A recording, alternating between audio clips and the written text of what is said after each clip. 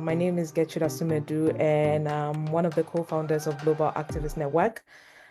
This evening, we are here to, or afternoon or evening, yeah, we are here to celebrate our 1 year anniversary. We officially launched last year, February 10th, 2024, but our 1 year anniversary, or should I say our Saturday, which the Saturday that we normally use for our webinars, for this year, fell on the 15th. So just marks like exactly 1 year since we launched. And we are excited to have you all here join us to commemorate this very important event or celebration. So in light of our celebration, we have an amazing guest speaker, which will be introducing soon. But before that, one of our co-founders, Lemona Chanda, will be sharing some few words about GAN and yeah, what we've been up to, and why we are here, our mission and our vision. Just share a few words about today. So I'll hand it over to Lemona to share a few words. Thank you, Gertrude. Welcome, everyone. And I thank everyone who's joined us tonight, this afternoon, evening, from whatever time zone you have joined. Today is a very special day for us. As Gertrude has already mentioned, we have turned 1, so great milestone for all of us. And in order to celebrate this great milestone, we have planned great things this year. Why did we launch GAN? Very briefly, we wanted to bring voices in one platform, the voices that don't get spotlighted, the voices that don't get heard, or the voices that should be heard more. And we want to create a safe space, a platform where we all are represented from all parts of the world, irrespective of what our socioeconomic status is, what's happening in the region or the country where we are. Our only identity should be driving social change. And that's how we connect with each other. That's how we connect with each other's stories. I am a grassroots level activist. My dear friend Gertrude is a Gertrude level activist. Our team, Taiwo, Prudence, who's part of the Global Activist Network, they're all grassroots level activists and they're doing amazing work. But we also come together in this platform to represent change makers. So that's what GAN stands for. We have a very special guest, so I'm not going to have a very long speech for all of you. But I'm really excited to announce that at some point this year, we will start providing grants that would drive social change in celebration of our first year, and also as a response to some of the feedback that we have received from our change makers. Within this very short journey, we have gained many friends as members. We have spotlighted many, many amazing change makers, and most importantly, we have spotlighted their stories, how they're making social change. This has only been possible by GAN's amazing team. Once again, I thank from the bottom of my heart my friends, Gertrude, Taiwo, and Prudence, who put in hours after hours organizing all these things. And the obvious question is, what remains next?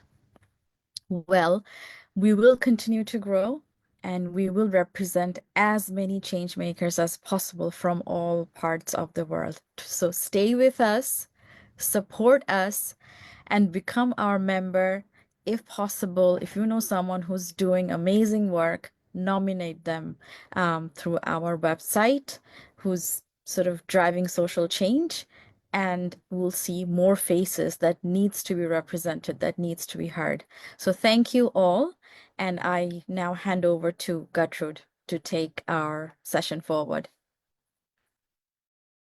Thank you so much, Lemona, for your kind words. Really appreciate it. And yeah, I can't believe we actually turned 1, and like it's been such an interesting journey for myself. I've learned so much about myself and like working with people, managing like a team, and yeah, just it's been an overwhelming experience sometimes. I'm not gonna lie because we are still new and we're still trying to find our, our sort of like find out what will work and what will not work. And yeah, it's been a humbling experience. It's been a learning experience, and I cannot wait to do this for many more years. So thank you so much, Lemona, and the rest of the team, Prudence and Taiwo as well, for being such excellent team members. We really appreciate you also.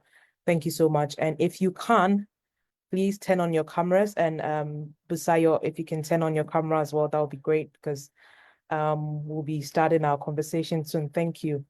So, just like Lemona mentioned, and I mentioned in my introduction, today we have a very an esteemed guest speaker who Lemona and I were both the three of us, that's myself, Lemona, and our guest speaker were on the One UK or the One Campaign UK Community Leaders Program last year, well, from late 2023 till the end of last year.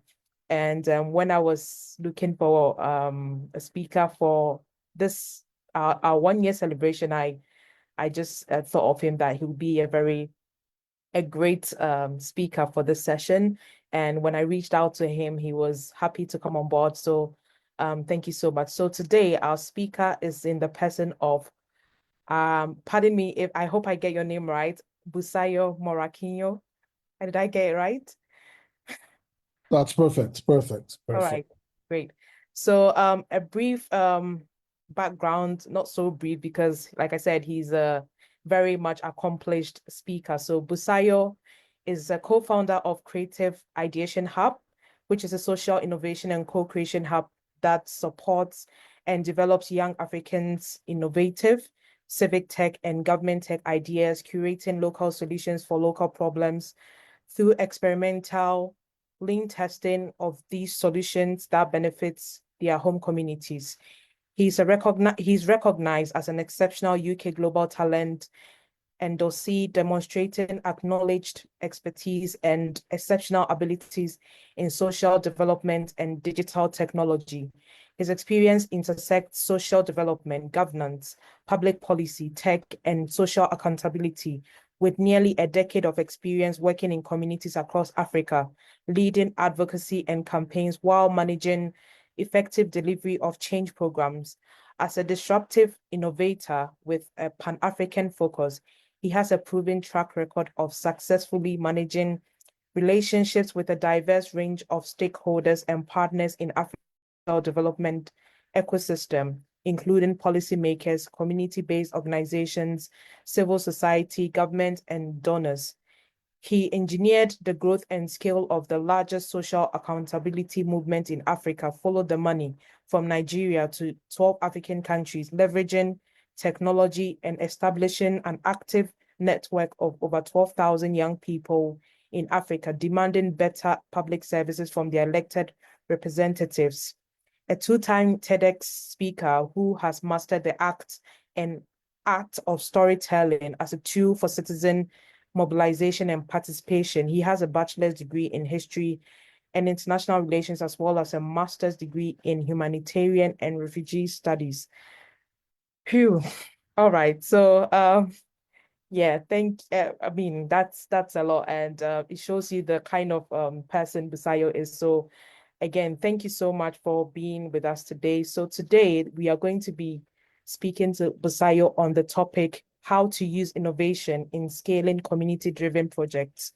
So as GAN, like one of our emissions or our mission statement is to celebrate grassroots activists who normally use innovation or who normally see a problem in their community or in their countries, in their societies, and like apply innovation, tact, and creativity to profess solutions to some of these problems. So in celebration of our 1 year anniversary, we thought it wise to come up with a topic that sort of like surrounds what we do or mirrors what we do, and of course bring in a speaker who also can add to the conversation. So thank you so much for joining us today, Busayo, and we are happy to have you here. So I don't know if you want to say anything before we begin the conversation. Yeah, thanks a great deal, Gertrude and Lemona. I celebrate you guys. Thank you for having me. I think this is the longest I have had to wait for an event, for almost a year. So thank you so much. It's a pleasure being here celebrating 1 year anniversary with you guys. You guys have done fantastic work. I had to go through your website, see the kind of things you guys are churning out. Amazing, amazing work. Congratulations. Happy anniversary. Thank you so much for that compliment. Very much taken in. So, we read your biography, like a brief. I'm sure there's more to you, of course, but we read like a brief biography, and it's still like it's a lot, even though it's brief, I'd say. But to kickstart the conversation, if you would like to maybe open up a bit more about yourself as a person before maybe venturing into your professional life, and what motivated you to pursue this kind of work that's within community and social development space? Amazing. I think pretty much, Gertrude, that's all. That's all about me. But quite sincerely, I just all my life I had this drive to ensure that everyone around me gets better.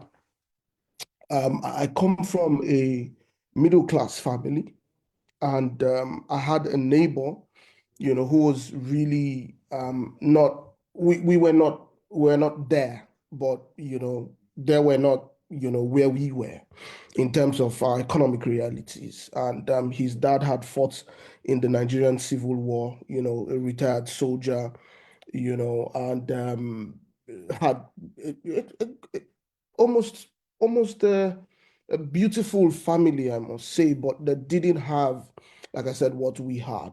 When I was born, I had the opportunities to have a driver who drove my dad and who dropped us off at school, you know, until we kind of lost it, But when we actually lost it, I realized that we're still better than a whole lot of people on our street, right? Because my dad was went into business. My mom obviously had always been a business person all her life, and I would take some of my clothes and pass it over the fence because we shared the fence. Dad didn't have a fence, so I had to pass it over the fence, from him. And my mom would see him wear my clothes, right? And she would, good to me, she would not say anything about it.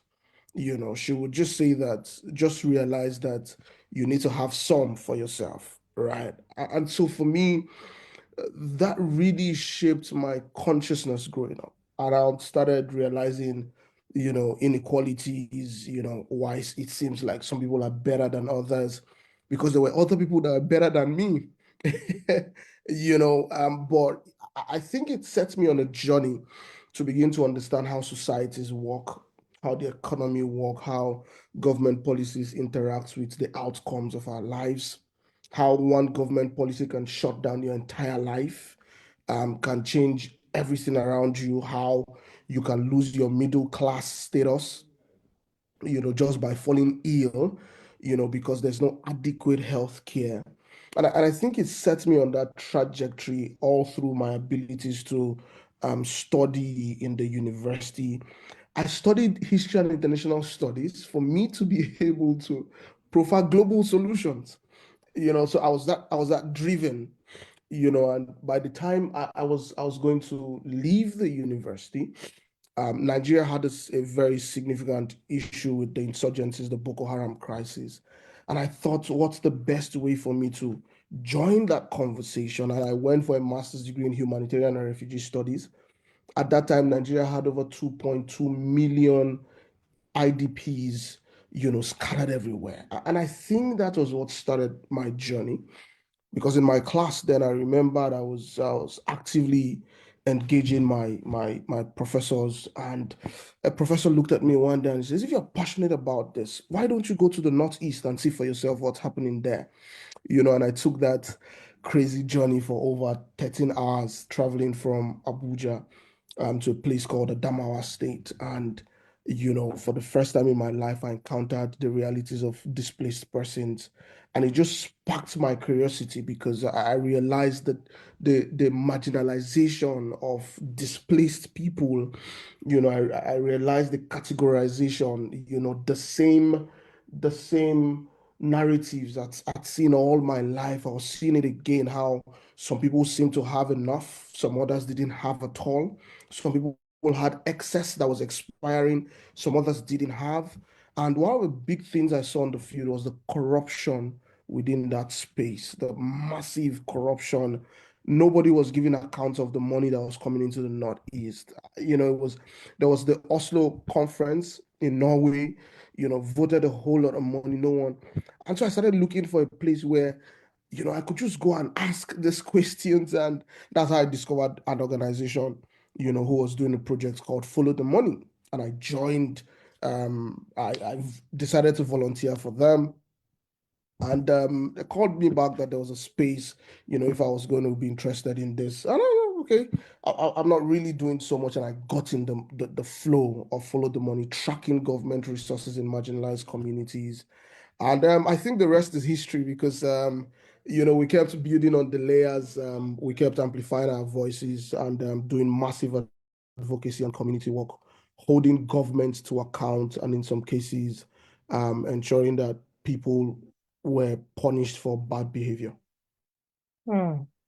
Very interesting story, and I like the background that you provided, from childhood, doing that for your neighbor, and then like transitioning to your studies, and then this organization that's Follow the Money, and like what you did with them. With the government accountability bit, we'll come back to that.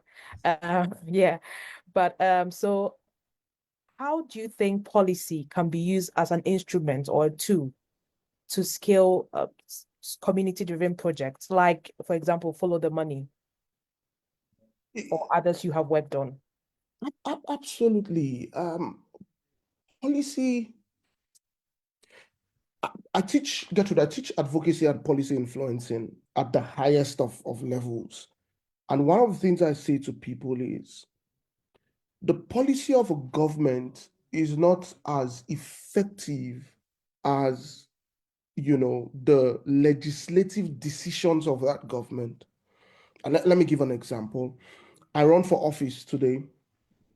And meanwhile, across Africa, one of the things you hear when people are running for office, whatever office is, they'll promise to fight corruption, they'll promise good roads, they'll promise education. What else do they promise? They'll probably promise water supply. You see, these four cardinal points has been since 1960, since or 57 when Ghana got its independence, Yeah, spiraled down. We're still talking about the same thing. that's right. Yeah. Now these are policy statements or political statements. Some of them take it further to create policy documents and blueprints. I don't know about you guys, but in Nigeria, we had what was called Vision 2020. There was first of all Y2K, that's 2000. When we got into the 2000s, there was Vision 2020. As at 99, when Nigeria returned back to the democracy, because Nigeria was plagued with so much military rule, I had started following because I was more older. I started following politics and policy conversations. We said Vision 2020, and by Vision 2020, it meant that we're supposed to meet some development milestones, right? So the first president comes, does 8 years, goes. The second president comes, dies. The vice president takes over. Plus or minus, within that period of 20 years, I saw how policies were just mere mouthing. It didn't carry any powers. And unfortunately, you cannot take a government to court for its policies because there is no legislative action backing those policies. I don't know about any other country, but in Nigeria, for example, there's a policy of education. And it says education is an unalienable human right. In fact, it has a handshake with the Universal Declaration for Human Rights, right? But in the same constitution, you cannot take a government to court for not providing education. So even if the policy direction shows that this is where we want to go, it's not justiciable. And even the ones that are in the Constitution, there are clauses that have been put in that makes it not justiciable. So, for example, I cannot take the state governor to court. Neither can I take the president to court, because there's something they call the power of incumbency. You can't take them to court. And after they leave, it's almost difficult to hold them back and hold them accountable for what they have done. So I'm not big on having those interesting, flamboyant policy conversations. I mean, maybe when I was much more younger. Now what I try to do is to appeal to the sensibilities and the consciousness of policymakers to say, see, if you do not do this, this is what is going to happen. I'm able to, in my advocacy, leverage on data to be able to say, within the last 20 years, Vision 2020, Nigeria came out with what is called, currently Nigeria has what is called the multidimensional poverty. And I think it's pervasive across almost all African countries. I'm talking about the 54 African countries. Nigeria currently has the highest out-of-school children, pervasive, right, across the entire country, right? And it's almost similar with some African countries. Now, so these are realities that goes above policy conversations. I know that for us to remain within the scholarly limits of our conversation, we must look at policies, but I'm one of those people who would argue that the moment policies are not justiciable, or the moment the laws are not even justiciable in themselves to help drive people or to help drive development, I don't take it seriously. I just take it as everything people just need to say for them to be able to try to convince people, to believe in what they are saying. So where do we go from here? Because it's not all gloom, it's not all gloomy. It's based on the fact that as advocates, as young people who, are interested in seeing life better for each and every one of us, we must be able to consistently speak truth to power, appeal to the sensibilities of the people in power.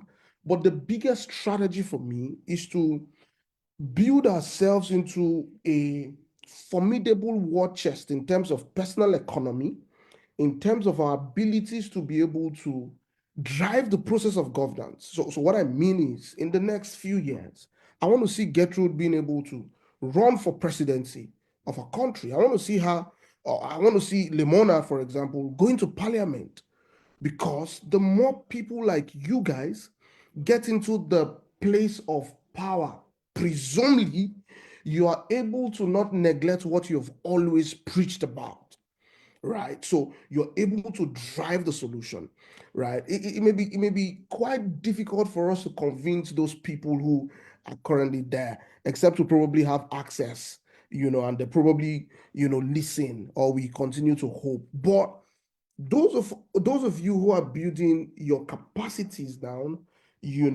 are building it for something in the future, so that when you get there, I can be able to say to you, Gertrude, this was not what you have always preached, right? This is the way you need to go about it. I can be able to support Gertrude to say, Gertrude, I know you're busy, but look at this thing you did in 2025. If you continue to do this, you're going to be able to do X, Y, Z. I can appeal to your sensibilities because you've also spoken the same language, I am speaking now. So these are, the things that I think, we can be able to do. Thank you so much for that. That's very profound, and I'm sure people listening in or who will listen in later would agree. And I agree with the bit about not being able to hold government or leaders, especially when they leave power, even when they are in power, and that all I think boils down to sort of constitution, I guess, of countries, and the way systems are crafted back, especially in Africa. I mean, can only speak for Africa because that's where you're from. So closely related to policy is, well, advocacy. And you've touched on, well, we touched on how policy, or can policy be used as an instrument to scale community-driven projects, or even projects or government or organization based project. But what role can advocacy, like yourself, like myself, like Lemona, like other people on this call also play in doing that? one of the things I tell people, especially, when I teach advocacy and policy influencing, because for me, it travels side by side. You know, one of the things I try to teach them is the fact that advocacy is a long haul. Advocacy is not something you start today and it ends today. It's something that can take maybe say 50 years of your life, speaking about just the same issue, you know. So for you to be able to ensure that your advocacy is effective, you must be able to grow with knowledge. The data must be able to speak, you know. You you must be able to also build the clout around yourself or around your institution. You must be able to see yourself not as an individual, but build a collective, build a community. Now, the reason for all of this is because sometimes we grow weary, we grow tired. Um, I've been on some advocacies and I just say to myself, why am I even doing this in the first place? Because Yeah. it's really exhausting. It takes practically everything around you. But when you're in a community, you can be able to tap strength from the next person. Even when you're tired and you say, no, I'm not doing this again, other people say, no, we're going forward. So you take some time to rest, detox, then get back into the field. I also say that as an advocate, I think that most times our priorities are not right. People see advocacy as a tool for global influence, which is not a problem in itself if you're consistently doing what you have said you're going to do. I'll give you an example. I've seen advocates who get into positions where they should be able to drive the change, and they're just as the same as every other person, right? Now, I begin to ask myself, was your advocacy self-centered? Did you just want to get to the UN? You want to travel everywhere? You want to have beautiful LinkedIn posts, or you want to be on the gram, snapping with the UN Secretary General or making a speech? Is that really the goal? Because as an advocate, most times you're not even speaking about yourself directly. Because the issue sometimes does not even concern you. They're just things you're quite passionate about or should be passionate about. I have seen advocates lead organizations and they make a mess of themselves, they make a mess of the system, and they make the system difficult for people to believe that there are people who are true advocates. It got to a time I said to myself, sorry, maybe you're not an advocate because I don't understand, right? I really do not understand. So in tying all of these things together, becoming an advocate is a great task, is a great responsibility. It is beautiful in its purest of form when it is not about you, but about the people you are either speaking for. And I say also that the lowest level of advocacy, Gertrude, is when you are the only one speaking for the people. There are three levels. The first level, you are the only one speaking. So Gertrude is speaking on behalf of these marginalized people. If Gertrude stops at that point, she just scratched the surface. The second level is when Gertrude is able to build the capacities of the people who experience this problem, that they are beginning to speak, they're beginning to have a voice, they're beginning to build their clouds, they're beginning to understand the problem. Because sometimes communities do not know that it's a problem. For so many years, there was female genital mutilation, and people felt it was cultural because that is what they grew up seeing. So Gertrude comes in and she begins to speak about it. At first, they're like, oh, what's your problem? These are not even issues. But Gertrude stays on the matter, engaging with the community until they are able to open up and say, oh, Gertrude has shown us data that HIV/AIDS can be transmitted by this female genital mutilation. People can be stigmatized by this. Oh, is this how my child, that's why my daughter feels this way. That's why my people are beginning to understand. So imagine if Gertrude just stayed at the point where she was speaking alone. It wouldn't make sense. Gertrude would grow weary in time. But the moment community comes in, Gertrude sees a place where she can bounce off energy. But Gertrude doesn't stop there. She takes it to the level where she's able to build the confidence in the community, and the community begins to speak for themselves. Now, the moment you get to that level in your advocacy, I would give you a pass mark, because you know what? The moment you leave that community, it's not going to stop. You've been able to sow a seed, nurture it, water it, put in fertilizers, it's grown into a big tree. Community embraces what you're saying. They believe in your messaging. So it's not Gertrude speaking, it's community speaking. And guess what? The greatest strength, is not when we are alone, is when we're in a bunch. And so for me, advocates needs to move from that self-centered notion that I'm the only one who should go up on the television. I'm the only one who should get interviewed by CNN. Come on. No. Community must be able to own the process of their change, because the problem is more domiciled with them. And so for me, this is one of the things I teach, around advocacy. It is now going to be easy when community is speaking for policymakers to change policy. You know what happened? It's not just one person who is speaking, it's community who is speaking. And the people who cast the votes are the people in the community, the people who recognize, or who has the ability to change government in a democracy are the people in the community. So the community is now aware that when the next election is coming, one of the questions I'll be asking my representative, what do you think about female genital mutilation? Those are the kind of things we're talking about, right? So I mean, I hope I've not said too much, but within the confines of these conversations, these are things that I think can work. Absolutely. Thank you so much for that. And I think in your submission, you mentioned the use of data, and we can agree that back in Africa, like accessibility to data can be an issue. So how do you think people who may lack or, have limited access to this data to maybe back their advocacy project or a policy-driven project, like how can that be managed or mitigated? Absolutely. How can it be managed or mitigated? Gertrude, Africa is work in progress. 20 years ago, the access to data was not as big as this.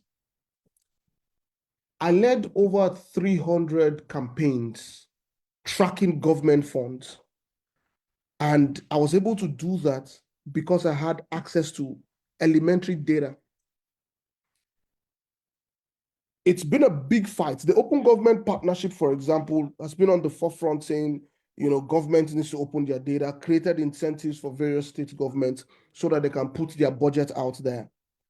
As of 1999 in Nigeria, nobody was interested in what the budget was saying.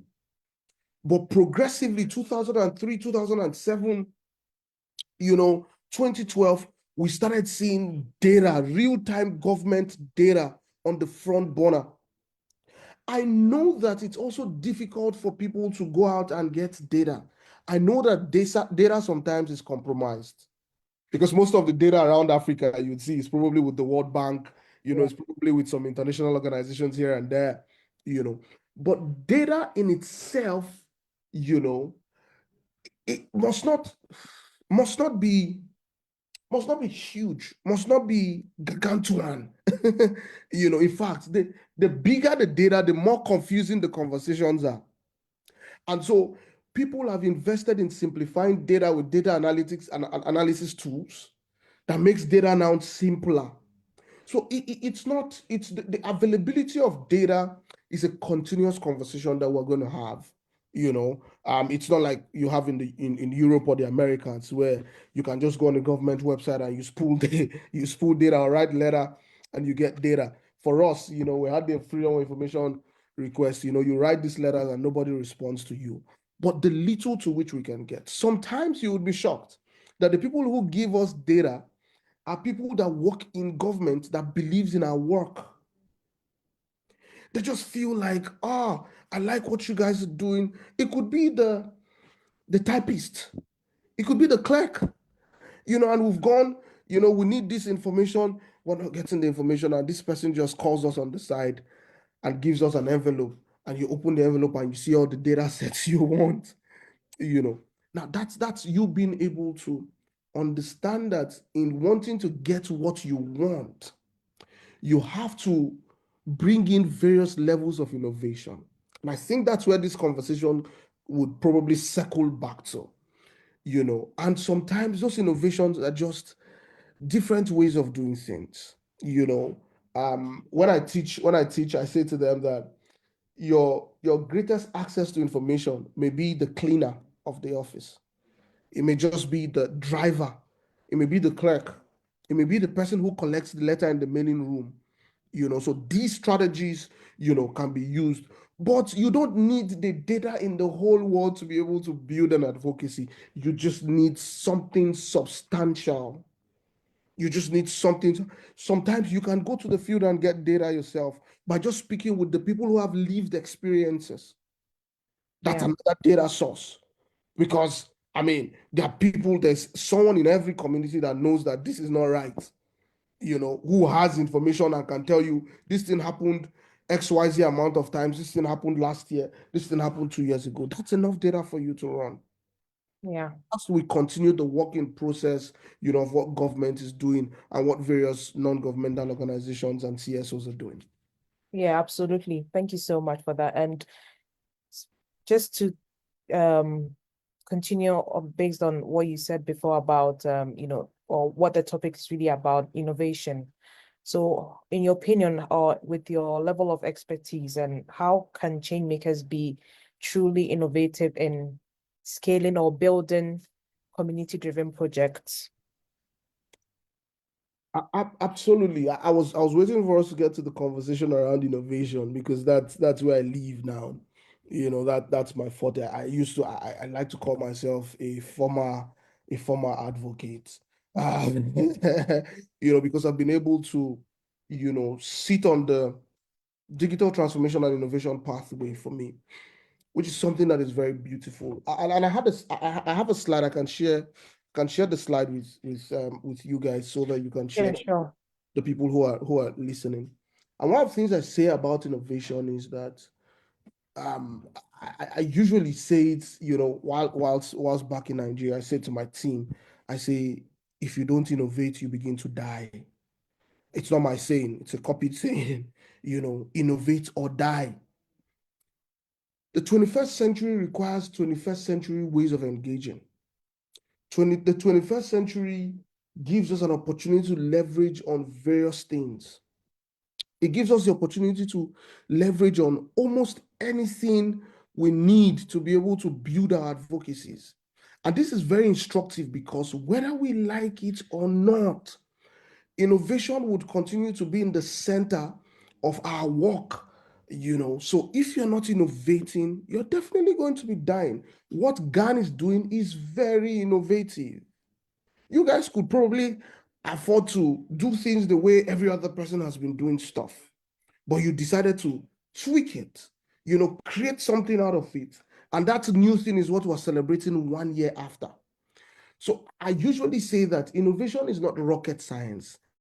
Innovation is just, your ability to, creatively tweak what is existing, right? For you to be able to either build a new product or a service. Now, people sometimes see innovation as creativity, but creativity is actually the process of generating something new. So, creativity, I'm generating something new. Innovation, on the other hand, is about me being able to apply creativity in something that is already existing. So I don't need to create anything new. I just need to look at what is existing and create something out of it that meets my needs, that adds value to what is happening, right? A logical example could probably be that The way organizations were run 20, 25 years ago is totally different from the way organizations are run now. I believe that you don't have a physical office you have to get into to do your work. Correct me if I'm wrong. No, we I don't. also believe that 10 years ago, one of the things you'd probably burden yourself with is an office space, right? But now you can do anything you want to do from anywhere in the world you want to do it. That is how innovation evolves. And so, as young people, we must be able to focus on what is most important, because there are practices that would keep us down, even if it's good for our ego. I mean, Gertrude, just imagine if you have, we're in the UK. Imagine if you have your office in probably central London, and it's probably on the 20th floor, you have this beautiful graffiti on the wall, and all of those stuff. So instead of you focusing on what you're building, you're focused on a physical space. Aesthetics, yeah. Aesthetics. You understand? Yes, it's beautiful. You feel good when you walk from a space like that, but you're spending more time focusing on the minor, and the major is not done, right? Lemona was speaking about you being able to subgrant people, These are big things that are happening. These are quite innovative ways of doing the work that we do. Few weeks ago, the Trump effect happened, and everybody is still feeling the cold of the Trump effect. But there are people who have been able to build their financial or funding strategies and muscles not to depend on those kind of funders, so they don't even care what happens at that level. Innovation. Before COVID, the organization I was working with would started working remotely. I traveled to the 36 states of Nigeria and about 10 African countries. And all through my journeys, all I needed was my laptop and internet, and I was still working. When COVID happened, I worked the most I've ever worked in my life within 2020, because we never shut down. Innovation, your ability to look at what's existing and creatively build something around it that adds value to the system, right? So, guys who are listening to us, guys who are going to listen, must understand that, what your own innovation could be just switching up a process. And that process could probably be your governance process to say, I don't want to own this. I want to partner with more people. I want to work with the community, so the community is the owner of the organization. Your innovation could be that, instead of me, to hire the big guys who I'm going to pay, probably $10,000 per month, right? I rather create a system where I bring in people, I train them, build their capacities to be able to do what I need them to do, and still pay them something that is knowledgeable or something that is responsible, and grow their voices. Your innovation could be that, okay, instead of us to waste paper, we no longer print. Everybody works on a CRM. You can do your requisition, you can do everything you want to do. So you are saving the ribbons of paper, you're saving the printer ink, and you're using that money to continue to do what community needs.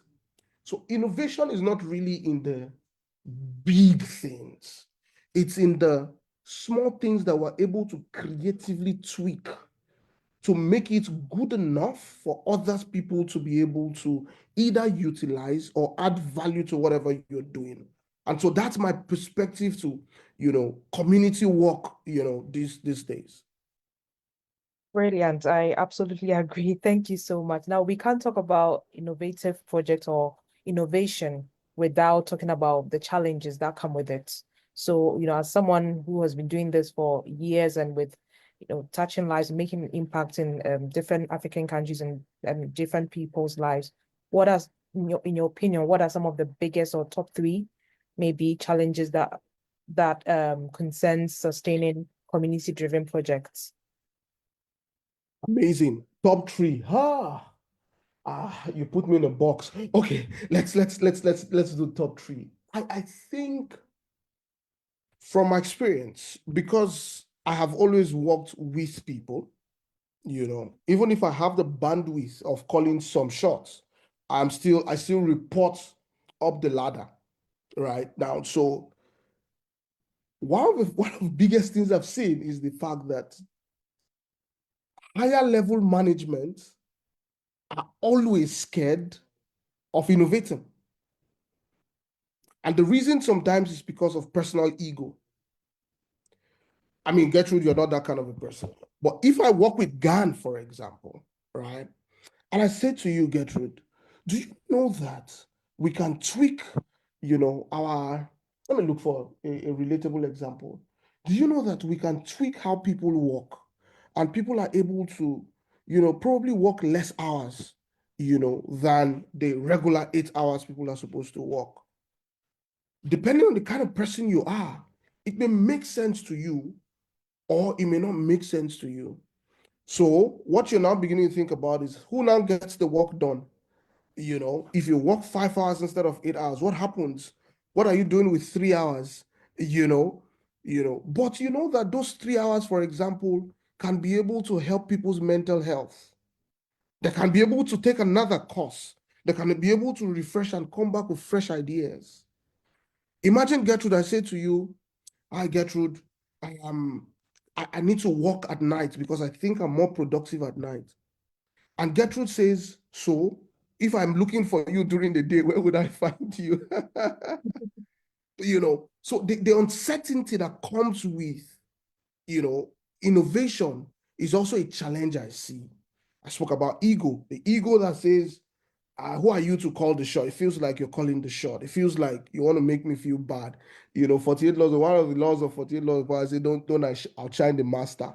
That's rubbish. That's political, you Yeah. know, So there's that ego part, there's the uncertainty when you innovate. Sometimes you innovate and you fail. Some people do not know how to handle failure. Some people, so they have to play it safe. Some people do not know that the best place to learn is when you fail. Some people also have the idea of perfection, which is a face. It's Yeah. a fluke. Doesn't exist. Yeah. It doesn't exist.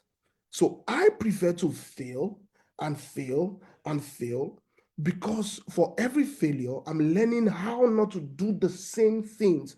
And this is not just cliche. So people who lead organizations or people who are interested in the kind of work that we do, what we're saying to them is you need to have the innovative mindset. You need to take risks. Take risks, healthy risks. I'm not saying you should go and stand in front of a train. It's not what I'm saying. But I'm saying that a tweak alone. I remember when we started working from home, some people didn't understand. This was in 2017, 2018, 2019. We were probably preparing for a COVID that we didn't know that was going to come. And when COVID came, most of our donors didn't pull out their funds because we were delivering on the same cylinder. Within the periods of 2017 to 2019, we had an army of about 12,000 people across communities. So when there was no movement, people could be able to say, this is what is happening in my community without traveling. So these little things are things that just defines the work that we do, improve on it if we're ready to take the risk. Imagine we listened then and said nobody is working remotely. The challenges of 2020 would have made us not prepared. Yeah. Yeah, I mean, it looks like maybe a prophet or somebody whispered into your ears that like we were about to face this pandemic, and like, yeah, absolutely. Thank you so much for that. And so as an innovator or as a former, say, advocate I mean, as a person and as a human being, as a social advocate or change maker, you definitely set milestones. Like that is for the month, for the week, for the year. What in your opinion, how difficult or how easy is it to set milestones, especially when you're trying to, impact people, change lives, or, like change mindsets, systems, which can be, of course, which is very difficult to change, especially in the African context. So how has that been for you personally in your journey? We both agree that perfection is a fluke. Yeah. And so I've set timelines that I have not achieved. So many. Yeah, same here. I don't beat myself for it. Yeah. You see, and that's why I'm saying that if it's for personal aggrandizement, you'll have your job cut out for you. But if it's for the betterment of people, because people are individual human entities, and a single human entity is as complicated as anything in the world, you cannot you cannot set a time when they are going to be liberated. You can't, because a whole lot of things needs to be done in the process. Change management is one of the most difficult things you can ever imagine, even for people who are learned, not to talk about people who are marginalized, because there's a mental barrier, there are emotional barriers, there are economic barriers. All of this you need to open one by one. Some of them, when you open, it hurts. And so you have to let them heal before you move on to the next. Now, so if you understand the intricacies of the human mind, you'd realize that this is not a 100-meter dash. It's a marathon. You keep going. So it's okay to set priorities, to set plans. Last year, I had the plan of $100,000 in terms of funding. I didn't get $2,000. But I'm not stopping. Yeah. My goal wasn't for me to say, I made it, I hit it. There's that good feeling that comes from that. But in the journey, I realized that there were still things I needed to do. So I invested more in those things I needed to do. Human resource. I needed more people, more technical people who could build what I wanted them to build. And I let go of an entire team, and brought in a new team. And I continue to innovate and develop the process. What am I trying to do? I'm trying to ensure that I'm able to support people who have local solutions to local problems that affect them, give them the right kind of resources for them to solve their own problems. That's what I'm looking for money for example, right? So it's okay for you to make goals. It's okay for you to make projections. If you hit them, good. If you do not hit them, don't feel bad. Go back to the drawing board, drop, a new strategy that now helps you fulfill those. Sometimes you'd realize when you're thinking about it, that, you're probably getting more clarity as the process goes. Final example on this. I was working on something that was really complicated, and how my mind works is the fact that I see one thing that connects to another thing that connects to another thing. And I had built everything together in a bunch. And I just shared with one of my proteges, and she looks at me and she says, I am confused. Simplify this. And I couldn't simplify it, Gertrude. I couldn't, right? Now, she helped me through that process to highlight just one thing. And she says, if you do this, then this would happen. So start from here. Forget about this. Because I was open enough to listen. I was open enough to take in constructive feedbacks, right? I was open enough to speak to other people without the fear of failure. Because another thing we fear is the fear of failure. I don't want Gertrude to feel I'm not getting it right. Gertrude may just be the one who has that clarity, that you've been looking for. You know, so please, I mean, no pressure. It's a marathon. You may have not started properly. You may have started and you fell, you know, but get up and continue to run. Unfortunately, this marathon only ends when we breathe our last. Absolutely, yes, it does. Thank you so much for sharing those examples. And you mentioned something in your previous submission about trying to raise 100,000 and raising 2,000, right? And we cannot talk about, this topic without mentioning the need or maybe lack of funding in some of youth based or community based projects or community driven projects as towards fulfilling the sustainable development goals, which is just like, well, we're in 2025 now, so we are 5 years away, which I do not think we would achieve all of them by then, like realistically. So what do you think is the issue? Like, because when you talk to many activists or change makers, they'll tell you about how they're struggling to get funding, or some of these organizations, like international organizations that give grants or funding, like, the tall list of requirements that they need to be able to give, micro grants or like huge like levels of funding. So what do you think the issue is? Because I always say that there's money in the system, but it's just how to access it or how to get it. That is a problem. And sometimes those who get it also sit on it. And there was one lady from Nigeria, I think she's also in the climate advocacy space, and she talked about this funding that she got years back, and she got the money, but someone in government somewhere, hacked it, or is sitting on it, so she's not been able to get it till now, which is I don't understand. It comes back to the conversation on corruption, high levels of corruption in some of these spaces. So what do you think is the problem when it comes to like this, like, lack of funding? Is it something that, has like, do we see a future where we no longer have to say, okay, it's because of lack of funding or limited funding, that's why I've not been able to scale this community project of mine, or I've not been able to advance it to the next level? Like, what is really the issue? Is it a governmental, is it a societal problem, or what is it? Gertrude, a whole lot of things are running through my mind on how to answer these questions that will not take us another hour. Yeah. Because you just hit you just said something I didn't want us to get here, but you've gotten here. So I'm going to respond to you.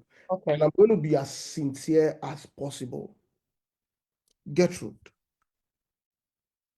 sometimes funding or money is overemphasized. Quote me. It is overemphasized. And the reason why I say this is that, what do we spend this money on? Is the first question I ask myself. Please confirm if you can hear me. Yes, we can hear you. All right, perfect. What do we spend this money on is the first question I want to ask. We'll probably spend a large chunk of this money on probably overhead or one intervention here or there, or if it's a project fund, if it's an unrestricted fund, if it's a restricted fund, if it's a project fund, we allocate these funds, at various places. But one of the things that comes to mind, and that's why one of the things I'm pushing, is local solutions to local problems, where the people who have lived experiences are the ones coming up with their solutions to fix the problem, not what we are coming to tell them is the solution to the problem. Right? Because how does the donor system work, guys? The donors do not build their RFQs or RFPs based on what you think you need. They build it on what they want or what their data is talking about. Sometimes their data is stale. Sometimes it was just a desk research. And those donors come with so much requirement that the people in these local communities may not be able to even access those funds. Let's be frank. And so you now begin to dabble into the areas of contracting, where, and I like what's happening with USAID. Apologies to anybody who has been affected. It just shows that we need to begin to think, we need to innovate around this. And one of the things we're doing in the next 2 months is to host a donor conference, but before the donor conference, we're hosting a session on alternate funding, and I think I'll speak to you about that. Yeah, sure. Now, when these contractors, as I call them, get these resources, the amount that is going to be expended on direct implementation is reduced because they have to cater overhead, they have to buy vehicles because they probably need to travel in those vehicles to these remote communities. And sometimes they have to visit those communities. They don't live in those communities. Let me tell you what I did. When I came into the organization, my former organization, it cost us about 500,000 to 800,000 naira to track one government project. Yes. Wow. And so we have 774 local governments. Imagine there are 1,000 projects going on in each local government. 1,000 multiplied by 774 multiplied by 800,000 naira for one project. What were we spending this money on? Flight tickets, per diem to go to the community. We're spending on accommodation, hotel accommodation, and then we'll probably print banners, do all of those aesthetics, print t-shirts and all of those things. And that's what we're spending. And I sat down with my team, innovation, and I said, guys, we couldn't do more than 3 projects per thematic area in every quarter. And I said, if we track 3 projects, that's 9 projects per quarter. So 9 times 4, my maths is terrible, but should give me around 36. Yeah. So 36 projects as against over 774,000 projects. And I said to them, why don't we spend resources in building the capacities of people in communities so that they are able to do the work that we do and we're able to mobilize them? Gertrude, we sat down, cut that gargantuan cost to about 50, 60,000 naira. Wow. Yes. And this 60,000 naira cut into visits to the community because they live in the community or very close to the community. They were able to now track these projects more effectively. All they needed to do was to submit reports to us. Now, imagine if I was looking for $1 million to track projects. And I now realize that I can track it with 100,000.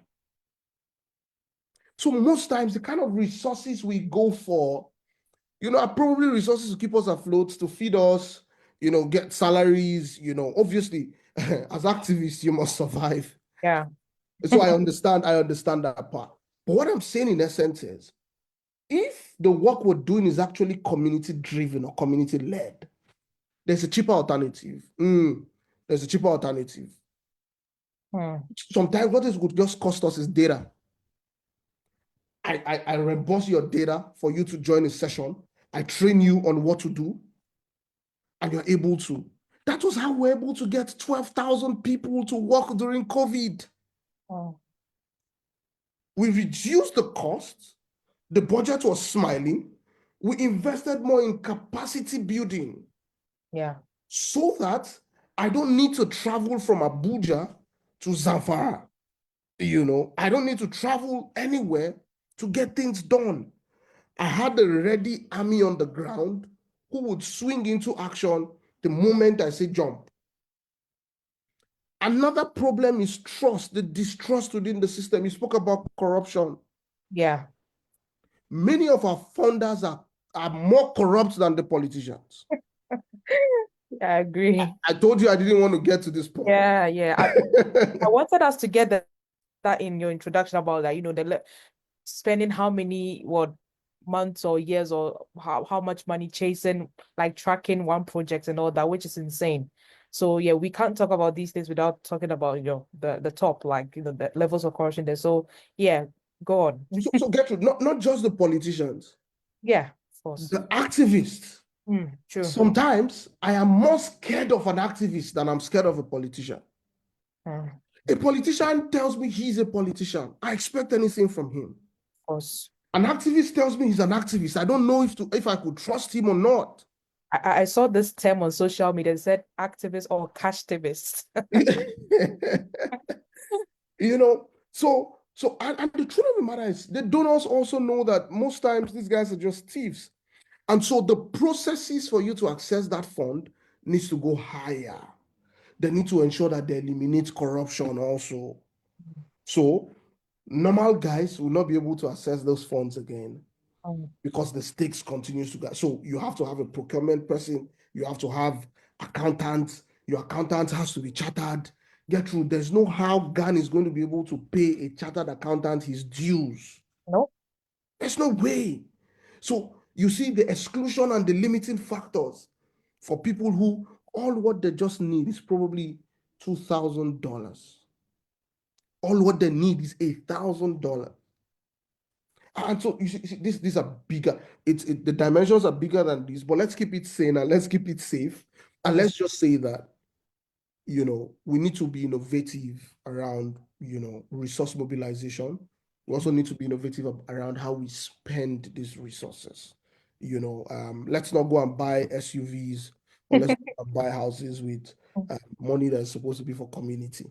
Yeah, I mean, you're right. Like sometimes, like, people who are meant to know better, like activists and, these CEOs and founders of NGOs, they end up being more corrupt because they use the money for personal gains instead of the project that's supposed to impact or benefit communities. Even I think the Black Lives Matter, is it the founder or something was found guilty of something similar because they were diverting money that was meant to benefit the movement for like to buy houses and all these things.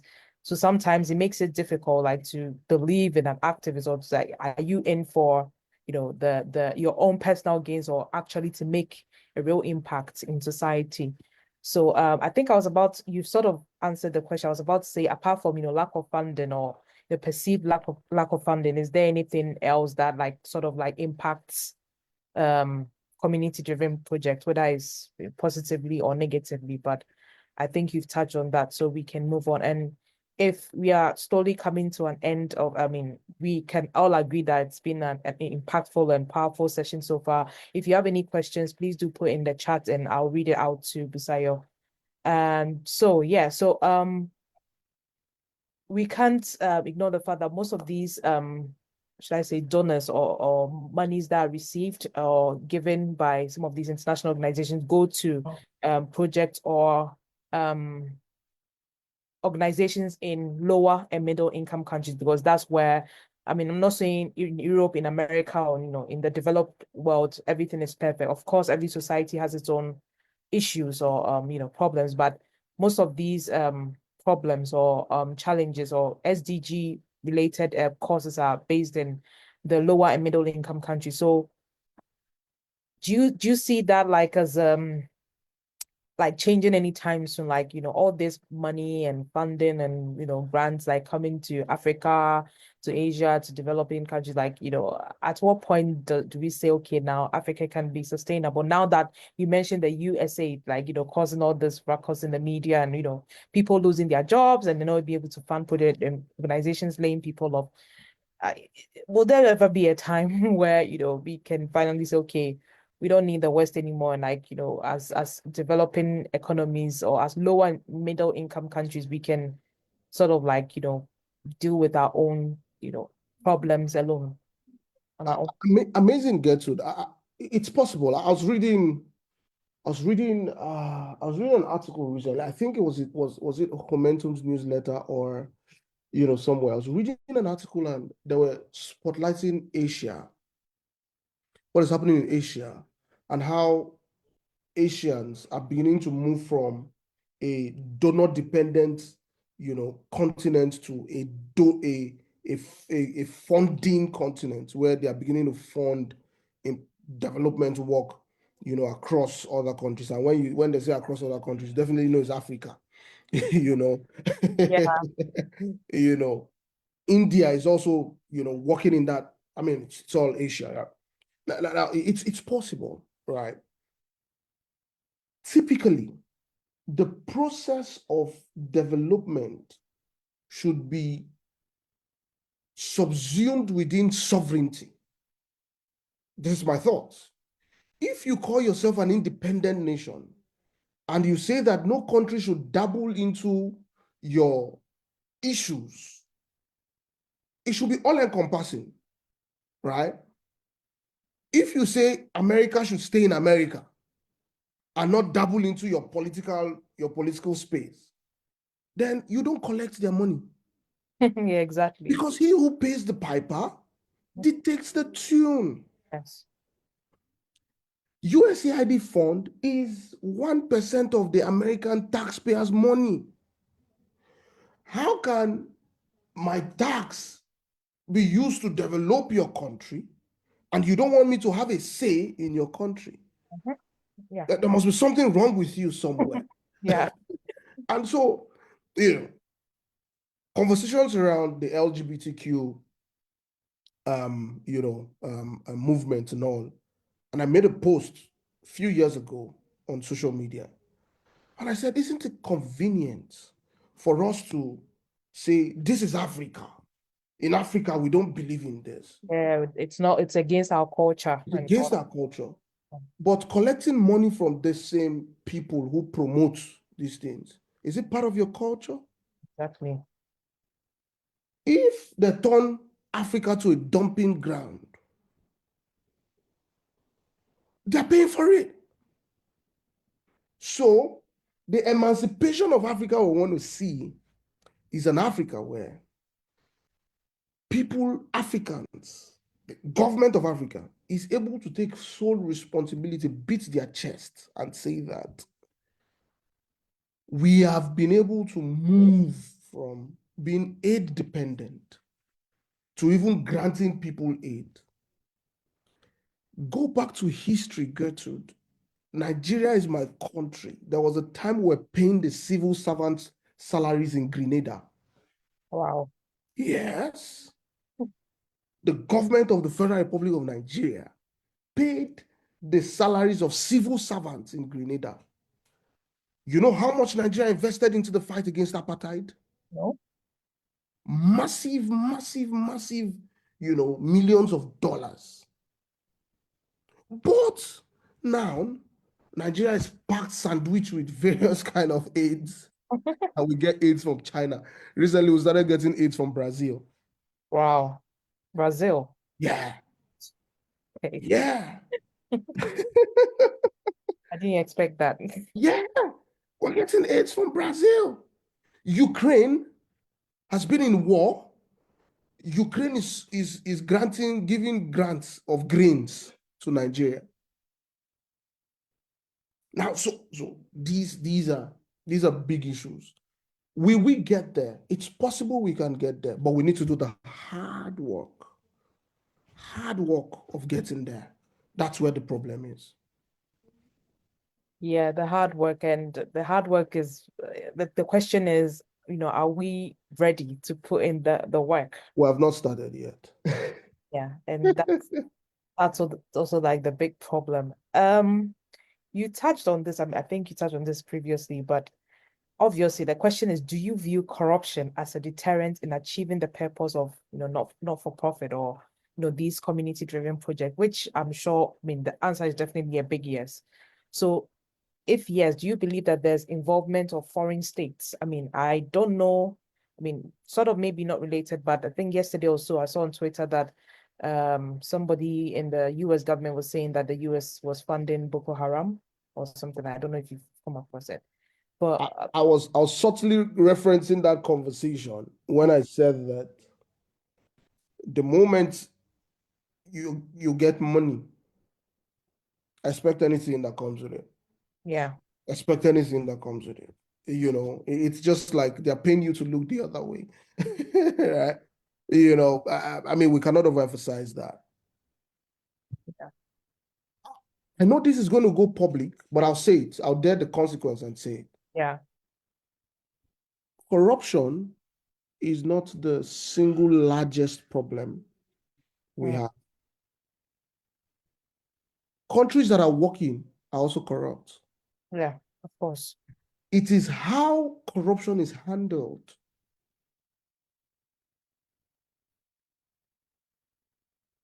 From governments, from not-for-profit leaders, from everyone. In China, for example, someone would now accuse me of anti-democratic tenets. When someone is tried for corruption and is found culpable, there are penalties that follows. In most countries in Africa, you probably get a chieftaincy title. Yeah. There's corruption everywhere.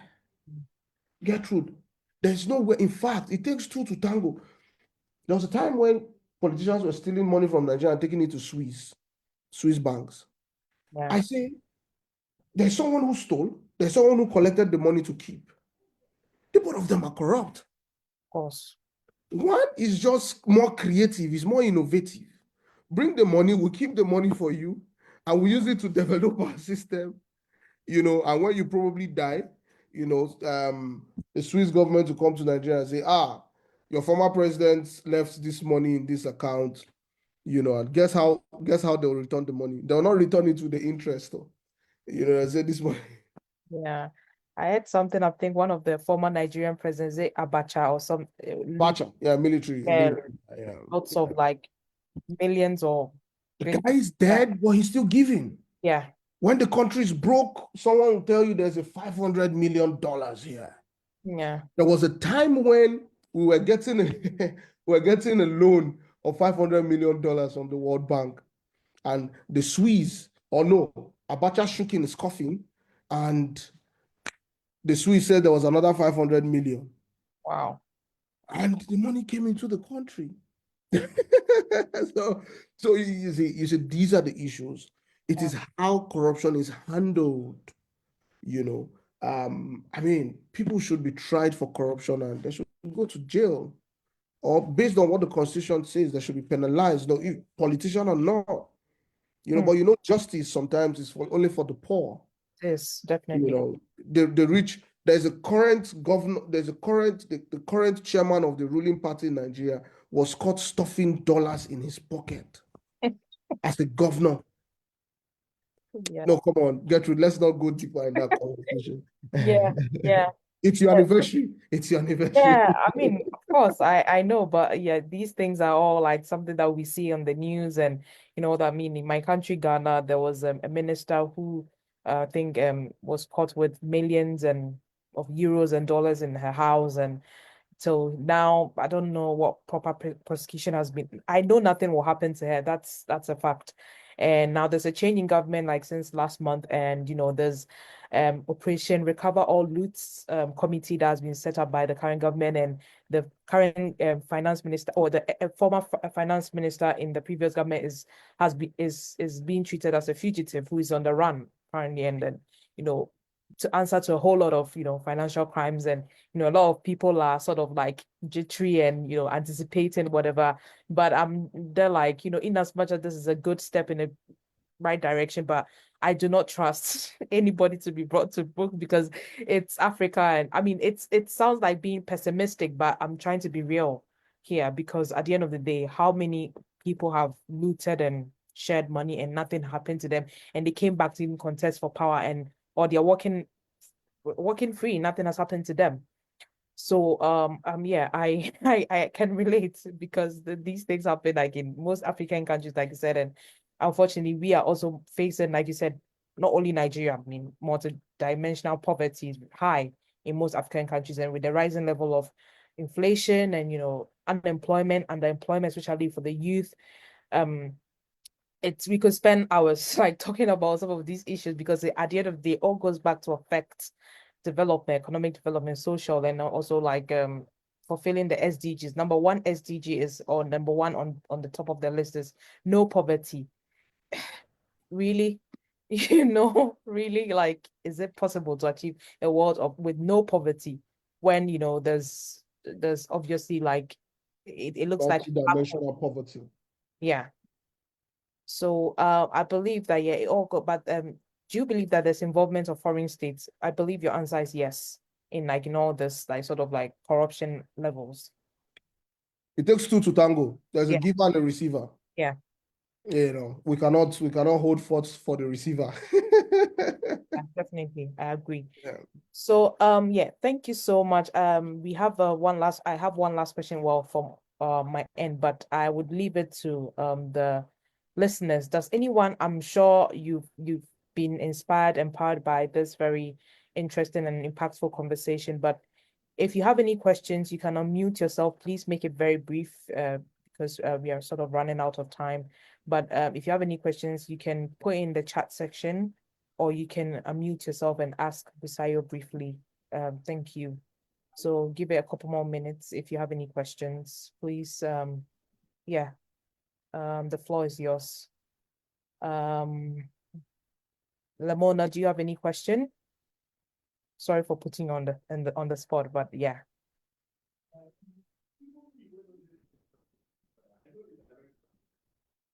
Okay. Taiwo, do you have any question? Okay, we have Adebayo. You can go ahead. Okay. Thank you so much. And good evening. My name is Abdullah Adebayo, actually. So I just want to ask this question to Busayo, considering the fact that, yeah, I'm sure he has actually, worked in the accountability and anti-corruption space for quite a long time, not only in Nigeria and some other countries. I just probably want to know if it's something he can share around what are the lessons that he has actually learned that probably he thinks can actually influence some sort of directional change for citizens, where citizens can actually change the orientation around the fight against corruption. All right, thank you, Adebayo. Busayo, I hope you got that right, the question. So over to you. Yeah, I mean, Adebayo has the answer to the question he's asking me. I know his work, working around. I mean, very, very interesting work you've done yourself, Abdullah. Very interesting work with value for money. I mean, there are a whole lot of lessons. There are a truckload of lessons, and I should write it in my book also. Of my experiences headlong with, fight against corruption and trying to get citizens on board. There's what I describe as the distrust within citizens of not just the government, but those of us who also are trying to get them to see that they can do something about the problem. Over 80% of the communities I've gone to, the first time I went into the community and I spoke to them, over 80% of them gives me the feedback that there's nothing that can be done about the problem. One man looks at me one day and asks me, "How old are you?" And I tell him how old I am. He shook his head. Guess what he told me, Gertrude? What did he He said, say? "You are too young to understand." Okay. I felt bad. Not because I didn't believe in my message, but because I could see that he has given up visibly. Oh. This is a man who has served over 30 years in the civil service, had retired, gone back to his village. He's like the most learned person in the community. And he looks at me and he says, "When you grow older, you understand what I'm saying." Oh. They share levels of hopelessness because of what they've experienced. For young people that are born in the perspective of Nigeria, that were born from 1999, when Nigeria got into independence, I'm sorry, democracy, went back to democracy, they would not understand the pain people who were born from 1960 to maybe 1998 would feel, the experience they had going through one military regime to one democracy to the truncation of democracy. So that has vested in them this sense of disbelief that it is possible for governments to be held to account. Remember, I told you, Gertrude, that it's layered. There's a poverty layer, that's the economic layer. There's the emotional layer. There's the psychological layer. There's the mental layer. Yeah. Removing the layers of these people is hard work. And that's why we agreed that this thing is a continuum, is a marathon, an unending marathon. Yeah. Secondly, the fact that everything I had done in my career in over a decade, I have not been able to fully get one person persecuted and the person is sent to jail. It shows that the system in itself, the people whose responsibility it is to implement or interpret the law, have not done enough. And so when I'm going to speak to people and say, I want you to come on and join us in the fight against corruption, they look at me and they laugh. They say, is this not what has happened to this person that stole money? This person, money was seen in his house. You know, this person has done X, Y, Z. Nothing has happened to them. But I am left alone to bear the burden of interpreting or communicating to people that things will change. It's a difficult place to be. It's a really difficult place to be. The third level are for those people who are within the ecosystem we find ourselves and do not believe that things will change. Yeah. So they are working just to make salary, because the not-for-profit space is one of the highest employers of labor because of the failures of government. Yeah. So people are just working, ticking the box just to make their pay and move on. So on every level, these things are very big questions. You know, but one of the things I believe in is, you see that generation from 1999, I believe so much in that generation. You see the Gen Zs, I love them with my life, because those guys are going to be the ones who will damn the consequences and ask the right questions. When I listen to my nieces and nephews speak to me, when I was their age, I didn't have the guts to speak in that way. But when I hear them, I see the future in them. Guess what? They are globalized. They know what is happening everywhere, and they are going to ask the right questions without fear or favor. Mm-hmm. My generation is more respectful. Timid. You know, so please, sir, can you help us, sir? That generation is going to call you out by your name. They don't care about what you think. Yeah. And guess what? They are going to be the ones who are going to drive the kind of systems, the kind of processes that we need to see.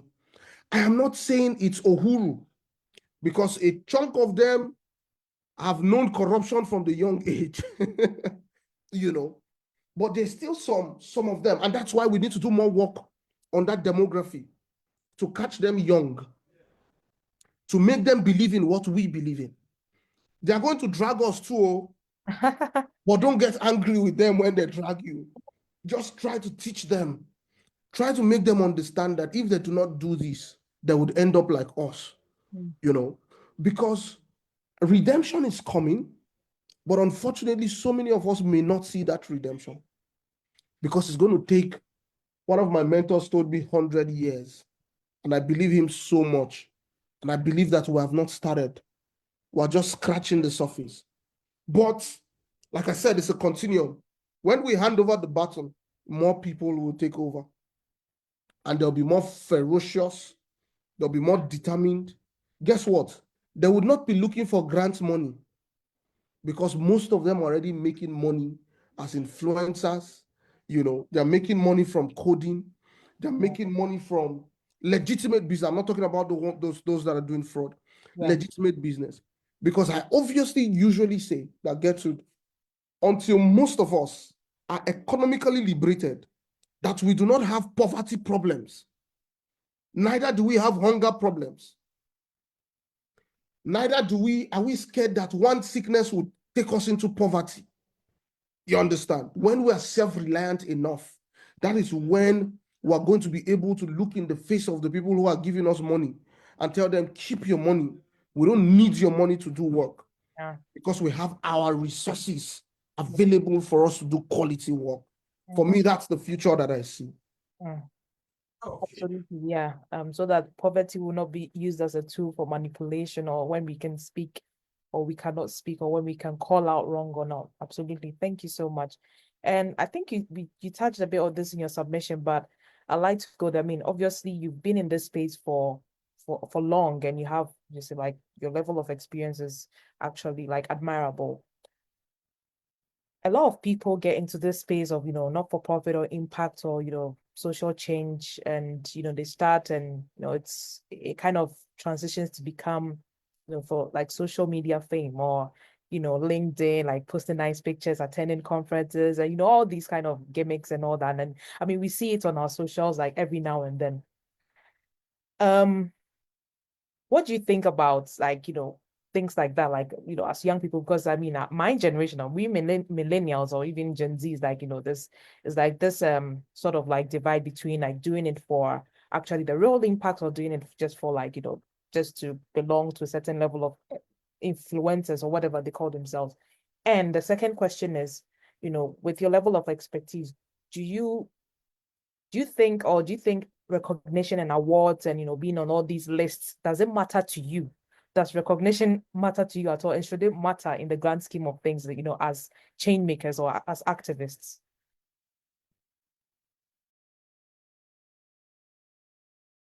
This is a deep one, because I must be careful in my response, Yeah, sure. and be sincere also. Mm-hmm. In itself, it's not wrong. Yeah. Priorities are very important. There's a lady in Nigeria that is not popular. I visited her in 2018, somewhere in Ondo State. I'll call her name. Her name is Joy Tony. Check her out. Okay. Joy Tony has lived in her community for so many years, empowering the women and the young girls in that community, teaching them how to process their farm produce, teaching them about beautiful things. I have followed her back to back. She has been consistent. Her philosophies, development should be from bottom top. That's her philosophy. She's good to her dreams. I wait for the day she would be recognized globally. I long for it. Yeah. For every opportunity I've had to put her on the spotlight, I have done it because I believe in what she's doing. There are other people who are out there, who are speaking on platforms, who have been able to hone their voice, and they have it. I salute them. I'm happy for them. I wish them well, so long as they maintain the core of the reasons why they started in the first place. That's the balance. There are people who, you cannot be a successful advocate if you don't have some kind of clout. Yeah. It's the downside to my kind of person. Yeah. The downside. Mhm. There are things that I have said in meetings like this, I've said on social media, that I hear other people rehash, and I see them get standing ovation, and I ask myself, I've been saying this for years, man. Yeah. What's going on here? I have known this for years. I've been saying it. I do not have that kind of clout, and I do not crave for it also, based on my own personality. Mhm.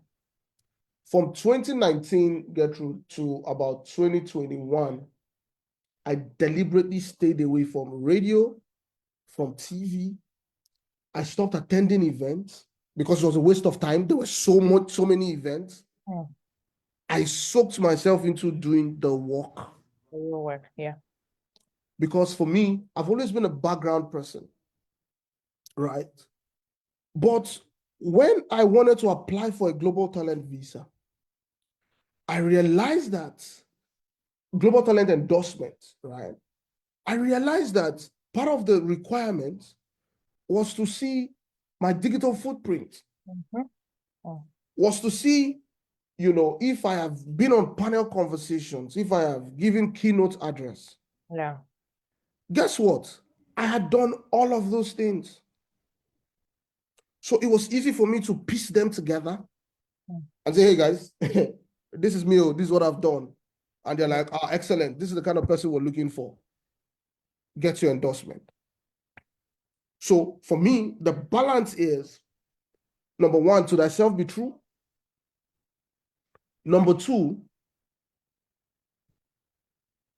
ensure that you do not forget why you started. Absolutely. Number three, to thyself be true. You know when you're doing good work. Yeah. You know when you're just playing around. Yeah. You know when you're exhausted. So to thyself be true. I take social media breaks on a regular. I don't even want to be there. Good enough. I mean, every year I take from 31st December till like March, I'm off social media totally. Just to ensure that I understand why I am doing whatever I am doing. My mentor is one of the greatest social impact guys, I have ever met. Guess what? He's not popular. He almost is not even on WhatsApp. But that guy is the brain that has powered everything I have done in my career for over 10 years. Let me call his name. His name is Dotun Babayemi. Check him out. Okay. Amazing guy, doing good work, massive work, so much that if you know the kind of work he has done, you'd be shocked. But he's not anywhere. That's his personality. Doesn't like being in the spotlight.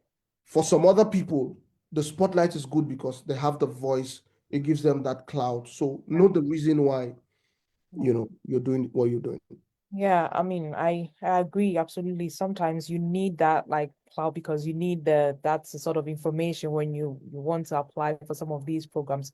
But at the same time, it can also be a bit too much sometimes because you know that okay, I'm happy to announce, I'm happy to share, I got this, I got that. Like, sometimes it can be a bit but yeah, I get what you mean. And so yeah, thank you so much for that. Does anyone have any more questions or comments, anything you'd like to share with or tell Busayo? You can put in the chat or you can unmute yourself. We are slowly wrapping up.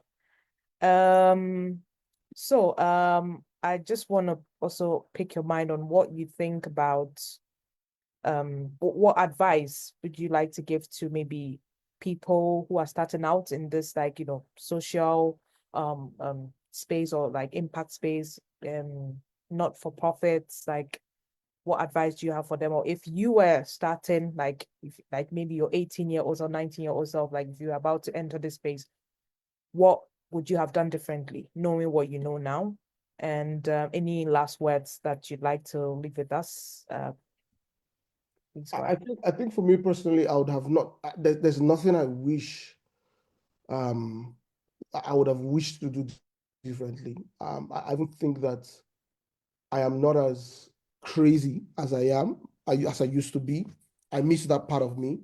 But as you grow older, the moment when I got married, the moment I got my son, I knew that there are some risks I would never take. And a bit about risks. I've traveled through the most dangerous parts of Nigeria without having anything other than just a spreadsheet of where I was going to or where I wanted to go to. It's a risk that I loved. I loved how my adrenaline was pumping when I was going through that. So I think I've had my fair share of all of those. Yeah. But speaking to younger people who want to get in, just get in, do your time, pay your bills, pay your dues. Try not to be submerged by the noise within the space. There's so much noise. There's so much distraction. Try not to be bullied or intimidated by what you think other people are doing. I mean, I was speaking to a friend and he felt defeatist. I told him I once applied for a program, more like so it was an application to join a global movement, within my local space. And I submitted my application and they told me, sorry, and I felt like I have to add value to you You're guys, there to inform you. Yeah. and maybe 3 years later, someone now invites me to come and deliver a keynote address at the same, and I told them I wasn't coming, and I didn't go. I certainly didn't go, so for me, I'll probably stay wicked, stay grounded. Yeah, not But that stay was wicked. that Yeah. was that was just a joke. But don't be intimidated. The big names may not be doing as much as you're doing also. Steady the focus, steady the focus, learn to partner, learn to build with people. If you're getting into the space because you're broke, Yeah, definitely not for you. the paradigm is changing. You may not get any money. Yeah. So if you need to go get a skill that gives you resources to do whatever you want, because one of the laziest set of people you also find are people within the not-for-profit sector. Mm. I look at them sometimes and I say, if you run a business, you would have shipwrecked the business, because they're too complacent. And after a while, you stop being hungry. And when I talk about hungry, not physical hunger, you stop being hungry for change. So study the focus, make sure you meet Gertrude, and the GAN community, because they would handhold you to where you want to be. Thank you for inviting me. I mean, the last 1 hour, 43 minutes has been very beautiful. I've been on the bed rest all week. I have a boil on my eyes as I speak to you, but Oh. I knew that I committed to be on this, and it's been beautiful, really beautiful. Thank you so much, Gertrude. Yeah, thank you so much. And how can we reach you if you want to? I mean, are you still taking your social media break in case someone wants to connect like with you? If you want to share in the chats, like how to connect with you. Yeah, I mean, it's I just left my website on the chat, Yeah. and my LinkedIn is my full names.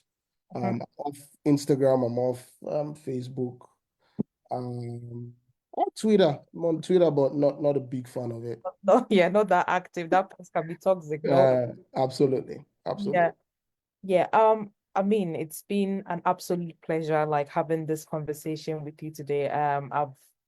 I've learned a lot, and it's been a pleasure also. I mean, unfortunately, we didn't get to talk much on the CL program, which has ended, the one UK CL program, but I'm happy that we're able to have you on board today to tap into your knowledge and great expertise. So on behalf of the GAN team, would like to thank you so much for sharing, being with us today, spending part of your Saturday evening with us, and sharing these amazing insights and knowledge with us. It's deeply appreciated. And I'm sure those who tuned in and those who would later watch this on our YouTube channel would definitely be impacted.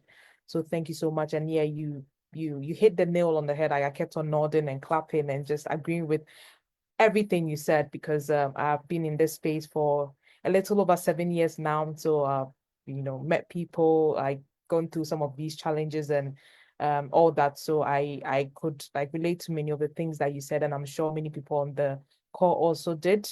And yeah, I mean, we are young change makers, and we are the ones who would feel the impact of most of the policy, well, the decisions and the policies that governments and some of these global institutions are making. So it's very important to use our voice and our experiences and our expertise to drive change and impact in our societies. And you're definitely one of the people or the persons doing this. So thank you so much for being on the call with us. And please do check out Busayo's website and follow him on socials, and I'm sure you definitely be glad you did.